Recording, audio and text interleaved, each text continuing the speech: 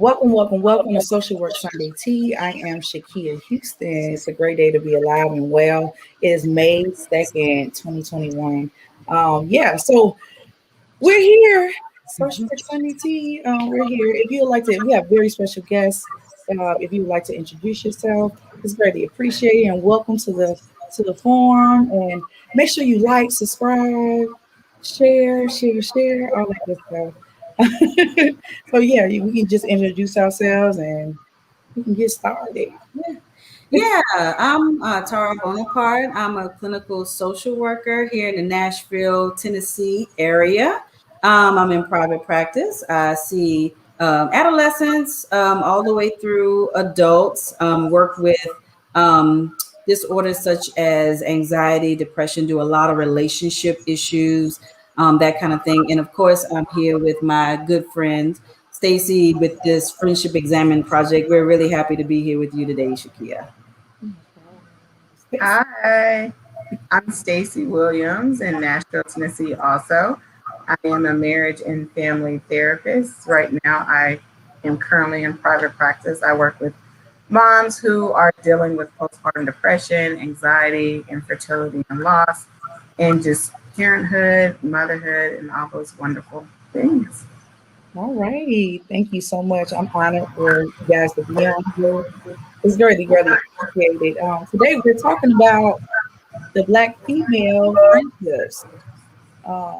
Is very much important, the Black female friendships. What has been your friendship journey? Like, what has it been like?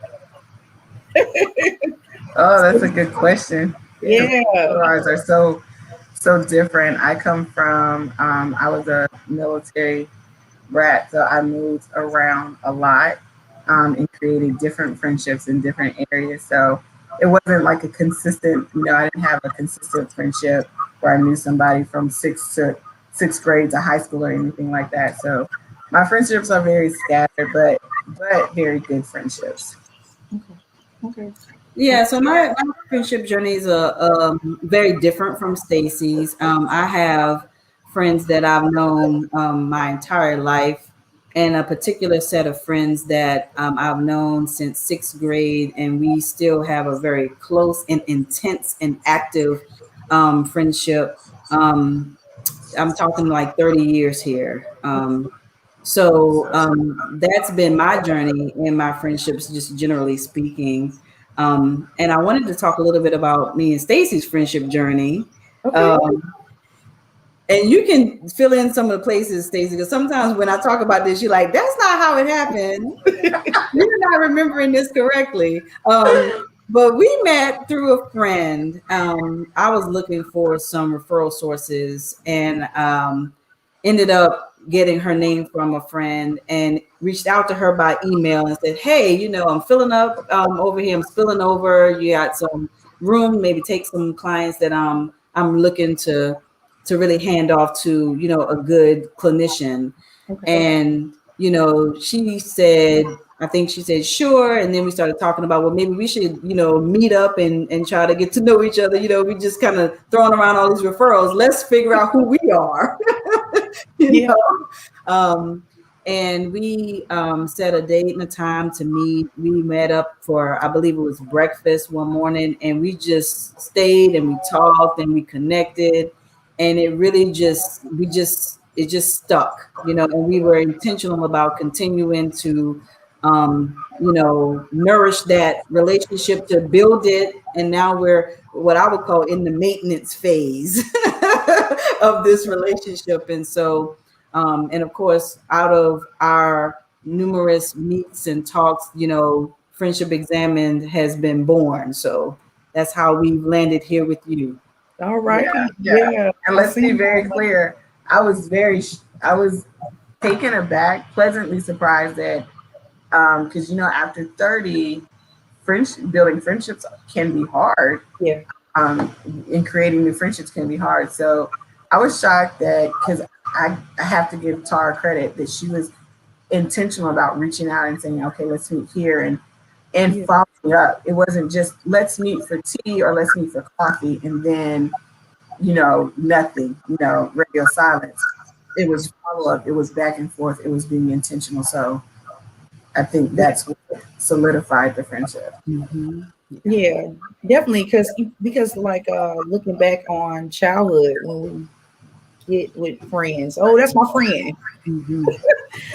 That's what I mean. Like, oh, that's my friend. That's my friend. That's my friend.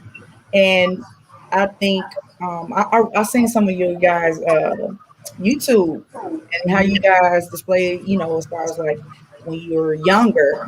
Tell me what was that like for you?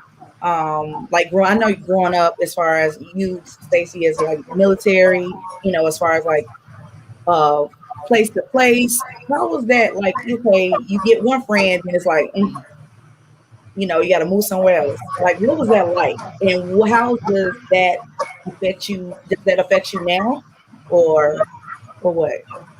Yeah, so it was different. I think my brother was my best friend for probably the first couple of months when we were there. But what I really noticed is boys became friends so much quicker than girls. I, Mm, reflecting back, it was so much. It was a little bit harder for me. It took a little bit longer because I found that girls just don't instantly become friends. When you have your set friends, you kind of stick with it. mm-hmm. It's rare that you open up. So that was tiring to have to go through that whole routine. But eventually I got used to it. I think it created the extrovert in me to be like, okay, I'm going to have to do this if I want friends. Yeah. It created a part of me that's now open to talking to people, talking to different people, and really wanting to pursue friendships and not, being hesitant with that. Absolutely. Yeah, I was listening to it. I was like, oh, that's good. I'm going to let notes. I was like, so like as far as African American women, today, social media has portrayed what how we are to each other. For this generation, what are your thoughts on how the media, how we shape the next generation as far as being African American women, how we interact with each other, and also labeling us, oh, that's my friend. What are your views on that? That's a great question. I don't know if I've thought about it that in that way before. I imagine that the influences of social media can be very great for the younger generation. I think it can be pretty intense for the older folks as well. Right. There's never been a time when we haven't been comparing ourselves. I don't think even before social media was even a big thing. Yeah. Um, but I think some of the messaging that we're getting, I think we're getting a couple of different messages. In some spaces, we're getting a lot of encouragement and empowerment for female friendships, and Yeah. in other spaces, we're getting a lot of these relationships aren't necessarily as important as other relationships in Mhm. life. So I Yeah. think there's two sides of the spectrum, and then everything in between when it comes to the messaging that we're getting on social media about female friendships, particularly Black female friendships. Yeah. Hmm. Absolutely. I just think that it, in my view, it kind of like shapes. Oh, you know how they? Okay, you got Desperate Housewives. Everybody's supposed to be friends, right? And but they talking about each other. They kind of like tearing each other down. They call them bees and they call them hoes, and all these things. It's like, okay, that's how we address each other, like, yeah, as a friend, and a lot of like jealousy, is being portrayed on social media as friends. They think that, for Black women, we're loud, we're, what I'm saying, we're very confrontational, we're not easy to get along with. I kind of, what do you say about women? They say, oh, I don't have any friends. Mm. What I, are, what are your thoughts on that? Because I'm kind of scared when somebody say, "Oh, I don't have no friends. I don't trust none. I don't trust nobody." And I'm I just like, think "Ugh, who hurt I you?" think if you don't, it's not that you don't have friends. I'm Yeah, wondering if the background is that one, you may not have the ability to be vulnerable enough to create healthy female friendships. Because male friendships, right? You don't, there's kind of a boundary there. You don't have to be fully vulnerable because men aren't emotional. You know, they're not going to talk. You know, they have certain characteristics that are different from females. Yeah. So, you know, you have to know that there's a certain vulnerability that comes along with female friendships.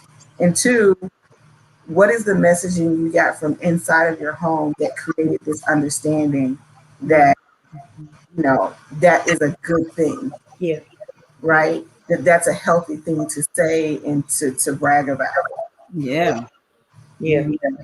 That's definitely like, ooh, like, you know, my mother, she has friendships for like 30 years, 40 years, you know, longer than that. Like, my mom have I call her my aunt. They've been knowing each other since 68.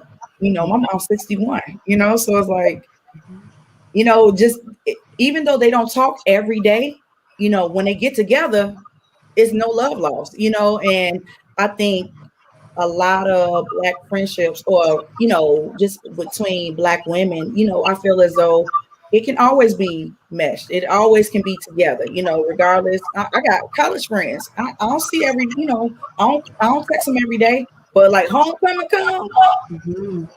hey, Yeah. what we doing? We pick up back where we started.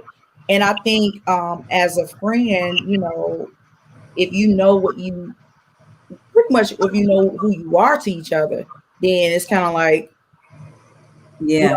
we really don't You don't miss a we beat, don't you know? Yeah, yeah. We were talking about how, knowing kind of what your lane is or knowing what kind of friend you are and yeah, who your friends are yeah, and what place they have in your life. You yeah, know, like if you got these girls that you know you're gonna meet up with at homecoming, and if everybody's on that same page and they know it's gonna be y'all gonna be thick as thieves when that happens, then nobody's upset about anything that's going wrong because they know that you guys have set that pattern in yeah, relationship since college, yeah, right? For the absolutely, long time friends, like your mother and her friend, you know that she knows she can pick up the phone and talk to her friend that she's known since she was 7 years old because they've been doing that for so long. yeah, Life intervening hasn't really been an issue. It's just that life has intervened. Then yeah, we might not have had the kind of time that we had when we were on the playground, but yeah, we make time for each other whenever someone calls, absolutely, you know, and we've been in support of each other throughout the life seasons, yeah, throughout the lifespan. yeah, Yeah, absolutely, a lot can change, from being a yeah, 5-year-old little girl and being a 40 or 50-year-old woman in yeah, friendships, right? yeah. So it brings me to this, you know, in friendships, do they evolve or do they stay stagnant? Or, you Oh, know, when life happens, you know, you everybody we're different. We're our own entity. You know, when life happens, sometimes stuff changes. Sometimes stuff changes you. Mhm. Do you think friendships they evolve or stay stagnant? they're going to stay stagnant if you allow them to stay stagnant, right? But of Mhm. course, friendships evolve because as humans, we evolve. But I think that's where, with friendship, communication is important. Mhm. As you evolve, communicating with your friend, what that looks like, what you need, what Yeah. support looks like now that we've evolved to this different point in life, right? So if Mhm. you have a single friend, your single friend might be like, I'm not the friend that's gonna babysit for you, Yeah. but friend that's gonna take you out and kick it when you need a mommy break. And then you might have a friend over here that says, I'm the friend that's gonna babysit. Please call me for support when you're crying. So it is important that you continually keep open communication so you can understand the expectations and the boundaries of Yeah. those friendships as the friendship evolves. Absolutely. Yeah. And then also like your personal growth journey as a human sometimes. Yeah. You might not be the same as you were when you guys were, younger. You Yeah. might have gone on a journey trying to figure out some things for yourself and trying to grow in certain ways. And you take those friends along with you again, like say said, through that communication. You know, I mean, we can even just, let's call it what it is. I'm in therapy right now. I'm working on some of my issues. Yeah. I got this and this and this that I'm working on. And I wanted to let you know, because some things might look different when we meet, when we come together. I might not talk to you exactly the same way. I might not go do the same things that we used to do that might seem dangerous to me now that we're fine. Yeah. When we were 22. So I think in that way, not just the seasons of life intervening, but also that personal growth and that personal journey is important to communicate through time, and through the lifespan when you're with your friendship. Yeah, absolutely. So what, as far as with us as Black women, we're labeled as we have attitudes. Oh boy. We, like, oh, she don't, she on her cycle. I guess she not talking to me no more, or just those interactions. How do you handle conflict between the friendship? I as far as expectations as well. That goes into the conflict, because you may have a certain expectation from your friends, but they're unaware of your expectation, because it's not really verbalized. So how do we handle conflict? I kind of like put all into to junction, but how do we handle that?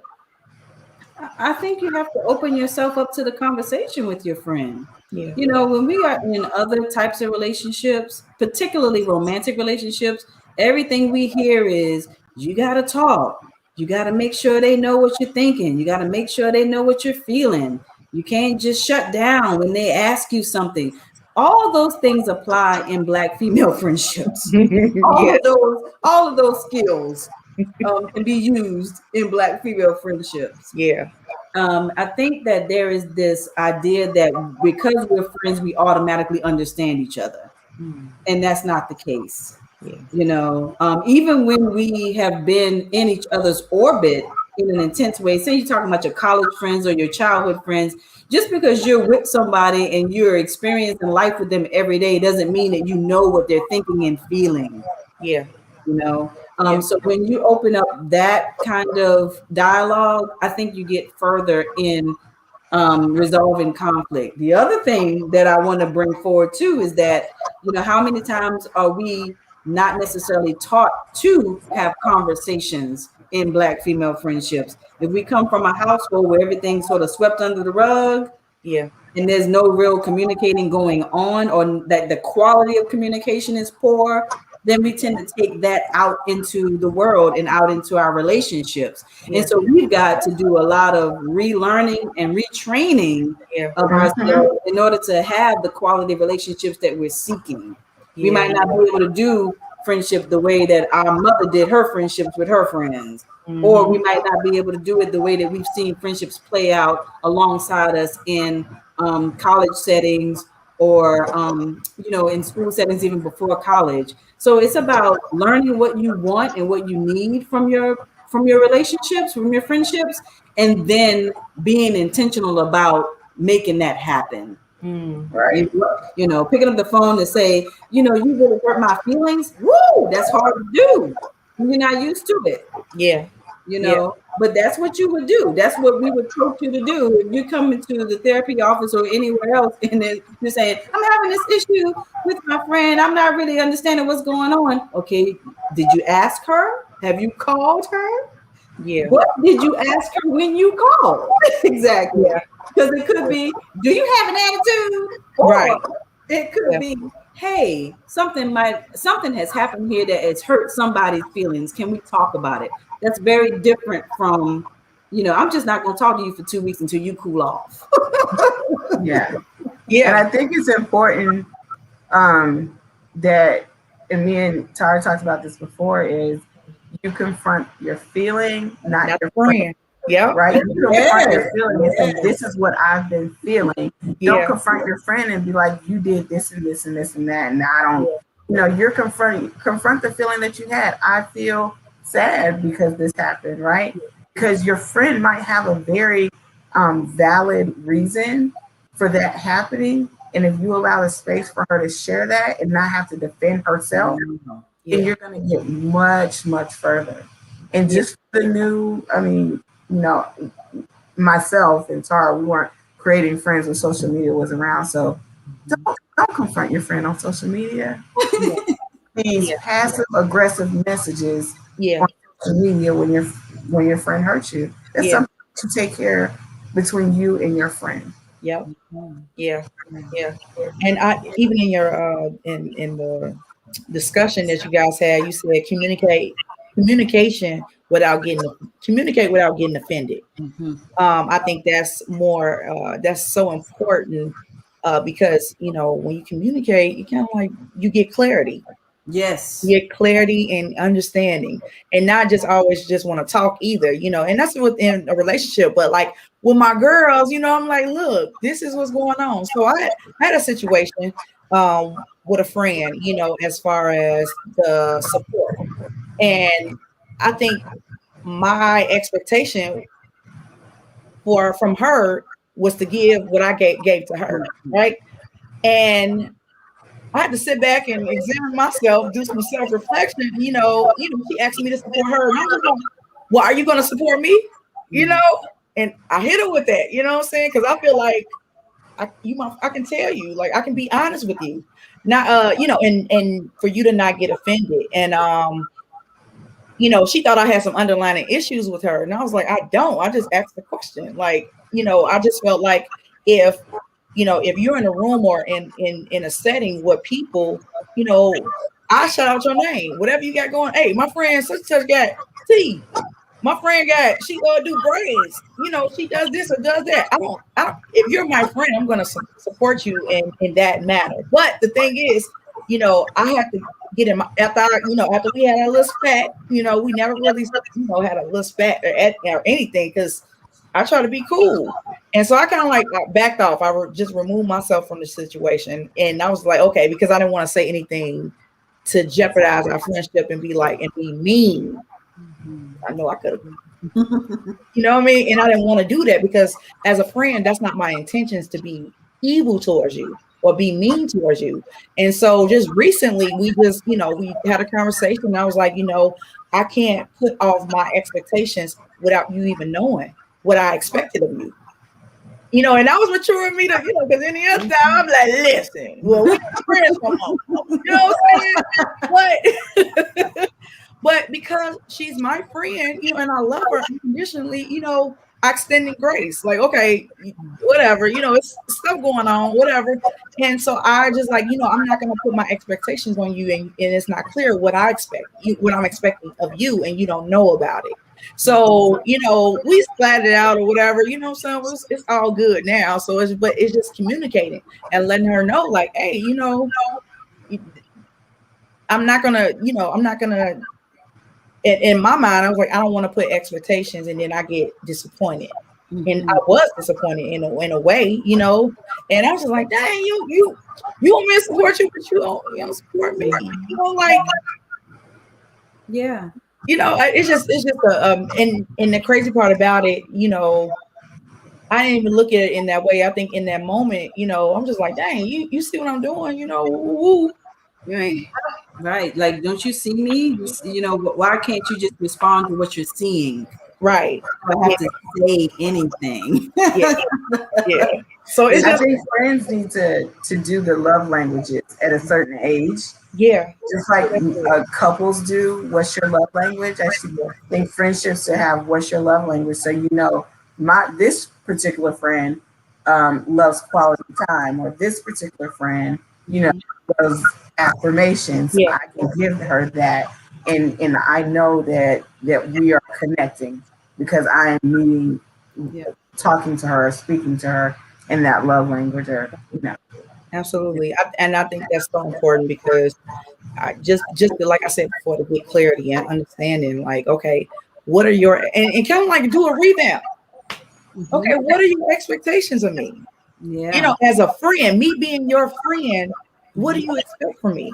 Because I know what I expect, you know what I mean? Like I'm gonna lay it all out there because I want it. You know what I'm saying? I want that because I love you and I want to continue to have this connection and it keeps growing and growing and growing until we die. So it's like, definitely the love language and also revamping what does our friendship look like? Right. Yeah. What does it look like? Yeah. What do we need from each other? The other thing that,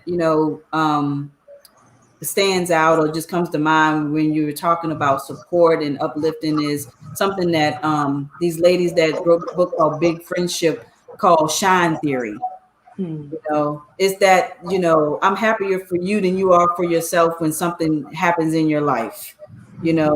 Anything that you've accomplished or anything that you feel good about, I feel good about that too, because you've accomplished it and you're my friend. Yeah. So, all this stuff is tied to love language, support, affirming your friend, all of that, all of the things that, we want from our female friendships. All of us that are on here right now is hoping that, our friends are on here with us, listening to us and supporting us as we, go on this journey. We would be not telling the truth if we said that we didn't want that, that we weren't hopeful for that.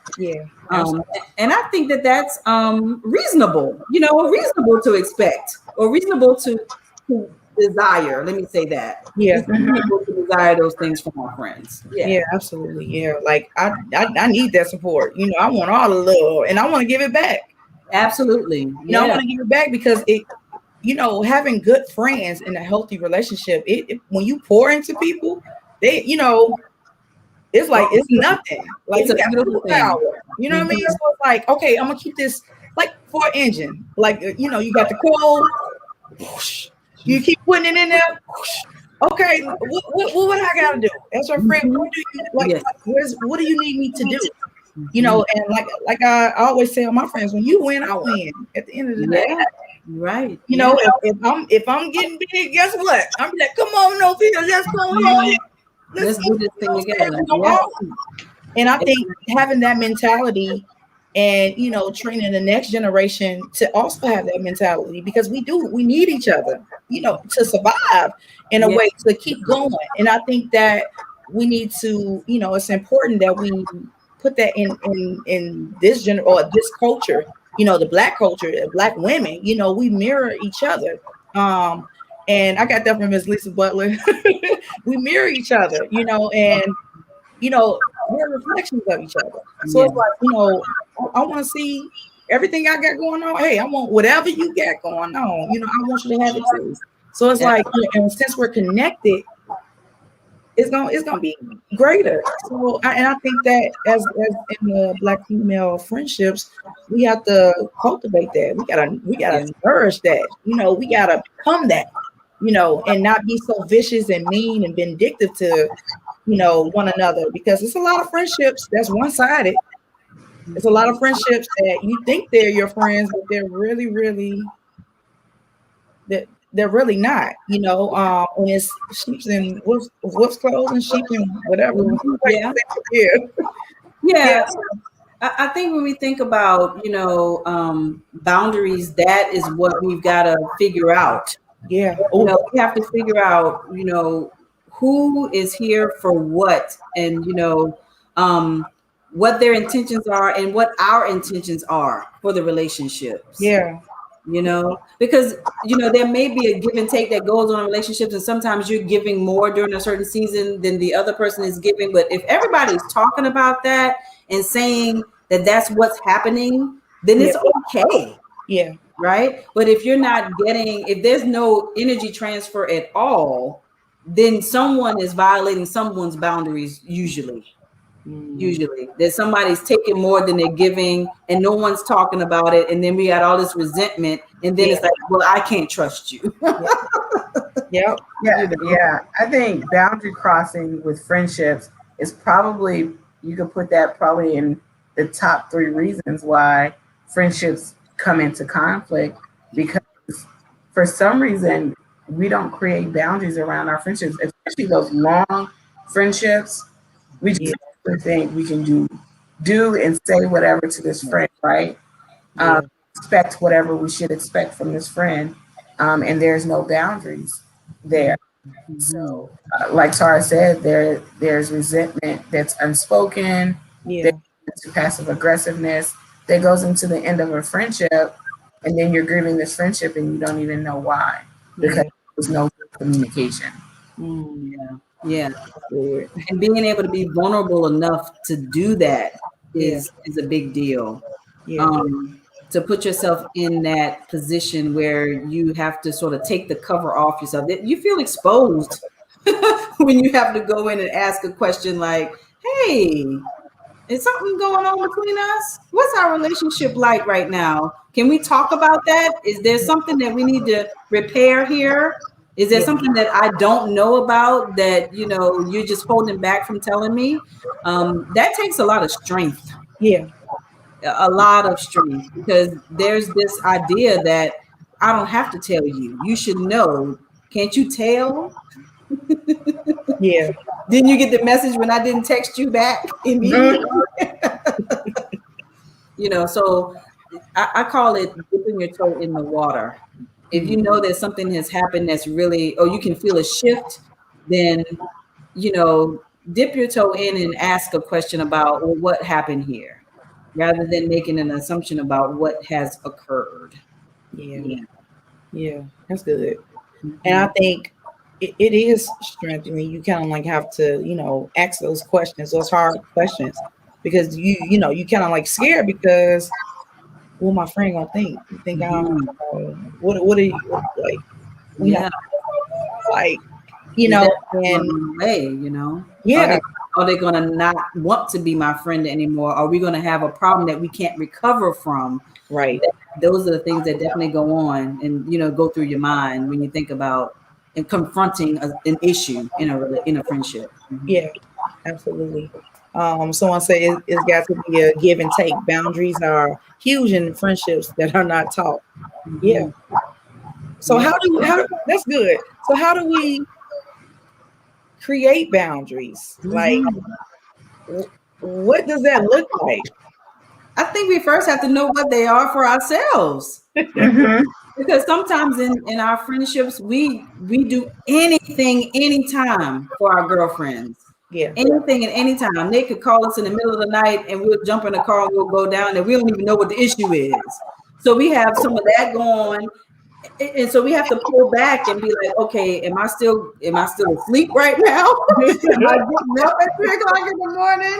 What happened? What does she need? Does she need me now? That kind of thing. I think you have to figure out what your boundaries are for yourself. And it could be as small as I don't answer my phone after 9 o'clock p.m. Something that small, because sometimes friends think they can call you anytime and you're supposed to answer the phone and pick it up, right? But that's not necessarily how things happen. So you have to create the boundaries for yourself, figure out what yours are, and then you can communicate those boundaries to your friends. Right, absolutely. And it's not a big conversation. It's not like these are my boundaries. Yeah. let's take that stigma off of it. Right. Casual conversation and be like, yeah, I'm not gonna answer my phone after 9 o'clock. Girl, I'm in bed and I gotta get my right. But I'm here for you anytime before 9 o'clock. Don't make it, I think, when we have these conversations, don't make it this kind of overwhelming or stressful conversation for yourself. Right. Friend, y'all have your own communication, your own language, and you can get through it. Absolutely. Yeah. Don't be afraid to set your boundaries because you think that they're going to be like, well, I don't want to be your friend anymore. We have a whole nother issue if that comes out. Yeah, definitely. And I think a lot of out of fear, more so fear, being fearful of, of the unknown. I don't know how they're gonna take it, and then especially if that they have they can get a little. Yeah, your friends, how they respond to things and how they usually react to things, and so you're kind of like, well, what's going to happen if I say this? Yeah, absolutely. Yeah. But so it's like, okay. It's like, okay, let me give it a try. And Yeah. just say it. I think with my friendships, because I, I'm pretty blunt. I'm pretty like, okay, listen, this not, this is what this is, and if they ask me my opinion, if they ask for it, I don't give it out. And I just be transparent. Like, well, you ask my opinion, this is what I think. And, I just think that as friends, like you said, we be vulnerable and be open and not get offended. I don't get offended. I take constructive criticism. You need to do this or do that. And I'll be like, hold on, but then I think about it, they're not doing it to hurt me or anything. So it's like, why get upset? Why get angry or be passive aggressive or be petty? Or go shot for shot. Well, you did this, yada yada yada, and then that's when we create this big old. Yeah, but I think that there's a space for being upset and being angry as long as you can communicate that properly. Yeah, it's okay to be angry about something your friend says, but the response or the reaction is what we control. right. If you said, "Man, that was a gut punch," right there, that's different from who you think you're talking to, and it's just a very different kind of language. So when we think about the language that we use, I think that's really important. Yeah. Because we might feel offended about something that our friend says. We might get sad. We might get mad about something that they said. But the key is communicating that in a way that doesn't feel feel sort of nasty, dirty, or aggressive. I think that's the word I'm reaching for. Yeah. Yeah. And I think going back to what Shakia said when she said that she takes constructive criticism well, I think something to note in friendships is when you're going to your friend and you're talking, or when you're listening to your friend, ask your friend, do you want to be heard or do you want to be helped? Mm-hmm. Right? If you just want to be heard, I'm just going to listen and I'm going to say a word. If you want to be helped, I'll give you my opinion, right? So that's a natural way to navigate, because I think in friendships, we get hurt when our friend responds in a way that we did not expect, that we did not need, right? Mm-hmm. So to manage that, asking that question can be helpful. Mm-hmm. It's the "what do you need" question is really what it is. What do you need from me in this moment? How can I help you today? No, it will vary, right? Yeah, it does. Your friend wants you to tell her the truth. Tell me now. Tell me what's going on. And then sometimes they really just need a place to set things down. Yeah. And I also think that there's this thing about us. I guess I'll just call us out. I don't know if we're as soft and gentle as we need to be in all our relationships, but just because we're talking particularly about Black female friendships, I wonder if even we create spaces where we have a soft place to land with our friend, would that be valuable? I think it is. Wow. Yeah. So yeah, we don't have to continue that strong Black woman stereotype. Yeah. Right. We can allow our friends to be hurt. We can allow our friends to not be okay. Yeah. It's okay that you're not okay right now. Yeah. You don't put your Superwoman suit on and go out and still, because then what are we saying about our own mental health? Put it on the back burner and keep going and be like, well, I have it like this huge anxiety right now. I'm depressed right now, but I have to be a strong Black woman because my friend said I can do whatever. Girl, you strong. No, let's not continue with that message. Let's say, okay, this therapist right here really helped me through this. And if that's what you need, here's her number. This is how you can really support it. Yeah. And one of you guys, on the live said about if you're in therapy, you can take your friends to therapy. Yes, absolutely. Absolutely. Yes. I don't think that that happens as often as it should. Mhm. You know, we both can tell you that, you know, we hear the stories all the time. The stories are coming into the therapy space. The issues are coming into the space. So it's not that, oh, we're trying to do some sort of new thing where, oh, bring your friend to therapy. You know, every week I hear a story about a you know, a misfire or or something Yeah, with a friend, with a yeah, girlfriend. And so we do think that it's important to, just as we, you know, really um, encourage romantic couples to come, we encourage families to come into the therapy space. I think that it's valuable to have friends come into the therapy space as well, because the same kinds of tools and skills that you learn for those relationships, the romantic ones or your family relationships, will certainly apply and are useful to your friendships. Why not come in the therapy space together mhm, and work through that, you know, yeah, rather than sort of piecemealing it, if you will. You know, you Mhm. got your therapist over here, I got mine over here. We're talking about each other in those two spaces, but somehow we haven't gotten into one space with one mutual therapist, one that we chose together to say, this is what's going on with us, and we really want to be on the other side of this healthily. How do we do that? yeah, yeah. That's good. Mhm. That's good. Yeah, that's good. I think I just want to encourage the audience, like, hey, there's nothing wrong with therapy. Go to therapy. It's Mhm. okay.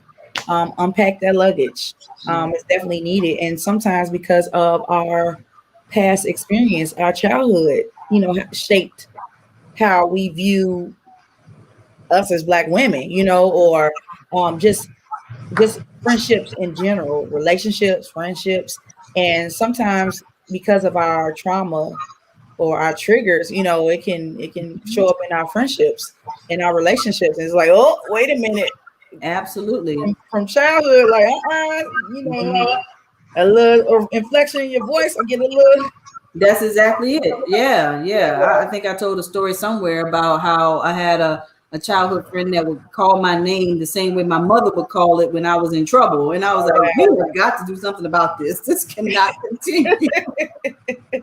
no, you said that on your Yeah. platform. I mean, I was like, dang, in triggers and trauma. That's Hmm. what you identify that as. And sometimes as friends, do you feel as well? I mean, yeah, trauma bonding. Some of the That's how we connected in some type of way, other than, okay, we grew up together, but something connects us.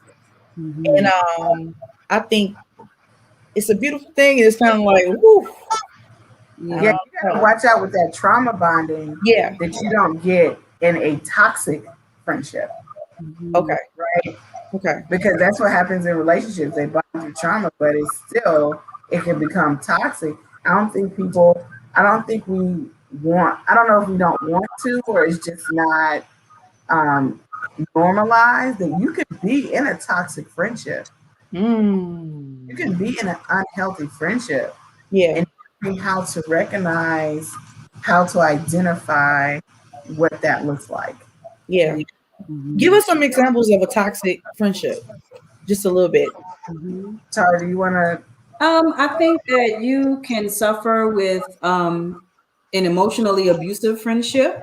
You Mm. know, and when we talk about emotional abuse, we're talking about you taking back sort of your demonstration of love as a punishment to Mm. that person. And so you might be involved in that sort of relationship. You might be involved in a codependent relationship with someone. It's like you're crazy, looks fine to them. And so everybody's just going with it. You Yeah. know, you're doing dangerous things. You're not keeping yourself safe. And that friend is there saying, well, yeah, let's keep going. Let's keep going down that road of unsafe stuff or Yeah. what have you. If you're in a relationship that's verbally abusive, physically abusive, I mean, there's Yeah. girls that fight and say they're friends the next day. Yeah. You, Yeah. I've you're seen like, that. well, well, what is this physical altercation stuff about? What is this?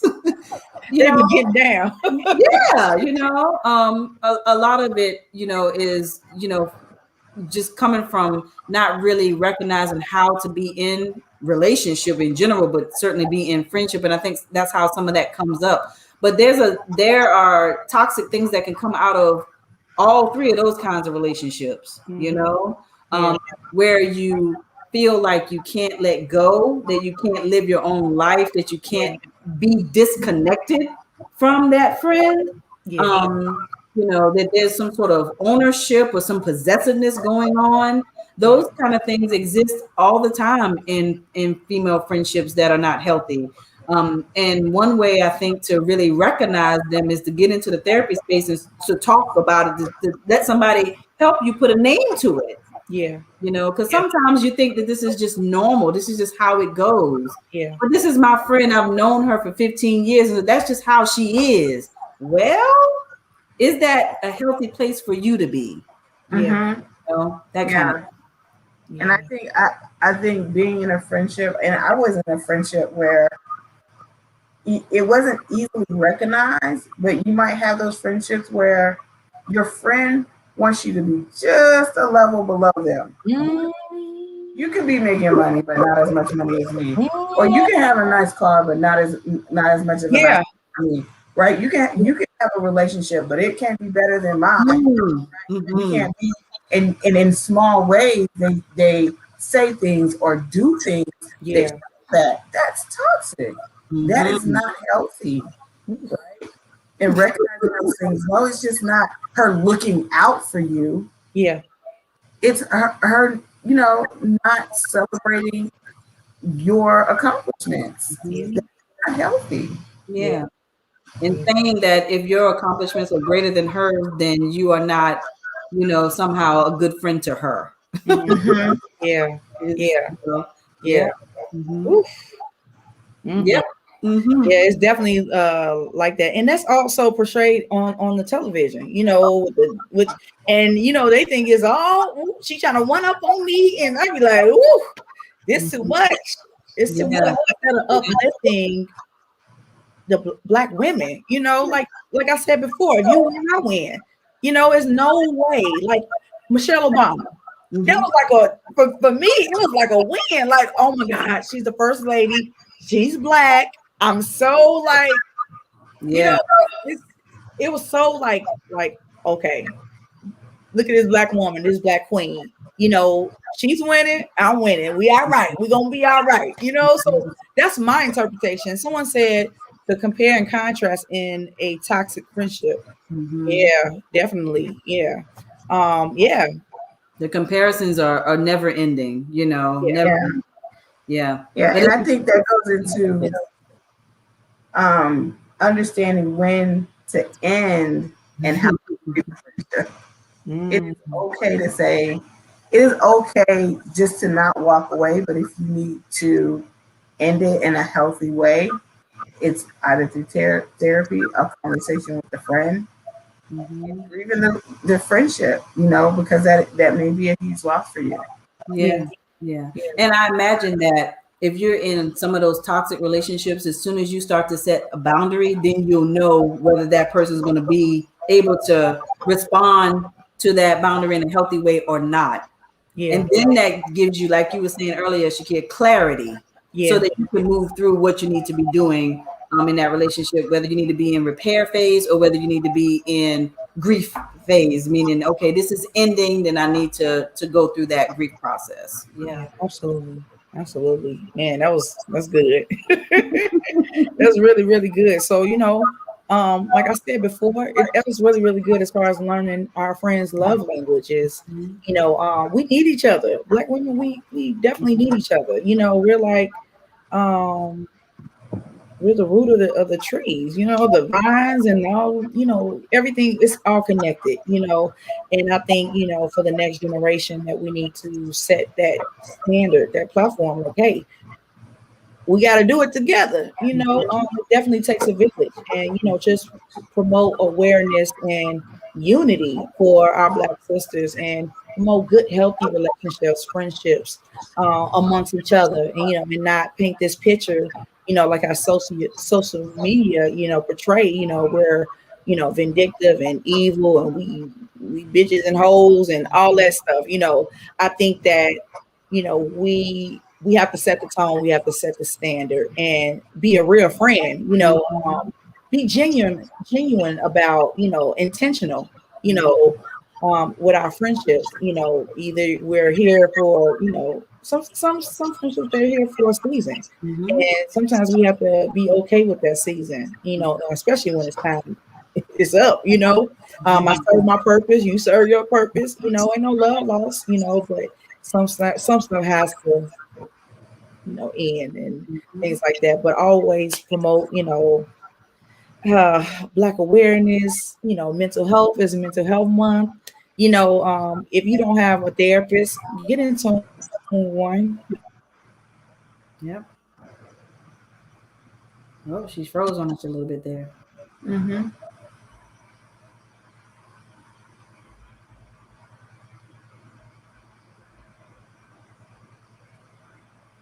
Oh.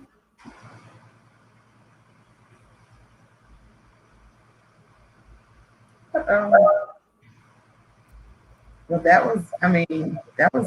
this is a good conversation. Yes, it was I am absolutely wonderful. truly While enjoyed we're that. waiting for her to figure out whether she's going, oh, there she Oh, goes. there you are. Shakia? Oh, she's still freezing. Well, while we're, here, while she's working on that, please follow Friendship Examine on Facebook, Twitter, on Instagram. We also have a couple of things going on TikTok. We got some good topics coming your way. And so we hope that you stay here, buckle in with us as we bring whatever we can to the Black female friendship experience. Absolutely. And we absolutely love feedback and love to hear what you want to hear, what you want to talk about. Expand the conversation on friendship, how to manage healthy friendships. What that looks like. Yeah, thank you guys. I really, I don't know what happened with the technology. I was like, Lord Jesus. But thank you so much. You said everything as far as trying to find you guys on Instagram and all that good stuff, right? Yep. Okay, cool. Yes. That's cool. But I really, really appreciate it. Make sure you tune in not next week. I'm not doing a live. It's Mother's Day, so I'm gonna chill out for Mother's Day. But tonight I'm gonna be on Clubhouse. We're talking about household dysfunction. And we have Miss Dr. Victoria. We got Aces Matter. So we're gonna have a discussion. It's gonna be at 7. Yeah, 7 o'clock. So if you got anybody want to get on Clubhouse, I'll be on there. I'll put it on the page. Yeah. So just want to put that plugger out. Also, make sure you like, subscribe to everybody's page and all that good stuff. And be encouraged. I love you guys. Also, if you want tea, I got tea. I sell tea as well. Thank you so much for having us on. No problem. We really appreciate your support. We really appreciate you valuing the topic that we're discussing and this heart. So this sisterhood network connection that we have is much appreciated, and I'm very grateful for you having us on today. No problem. When I come down to Nashville, that's like home again. That's always home. But Nashville kind of made and shaped me, TSU. So come on, Big Blue. I'll see you. But yeah, we can always connect and yes, we'll stay in touch for sure. Yes, we'll always and also support, whatever you got going on. I'll put it on the page, let everybody know. Definitely this connection, and I'm grateful and I'm honored. So yeah. Thank you. No problem. So I guess I'll see you guys. I'll see you on the ground. If you need me, I'm available, all that good stuff. So thank you everybody for watching and viewing. Make sure you share. Yeah. I love you guys, and you guys have a good one.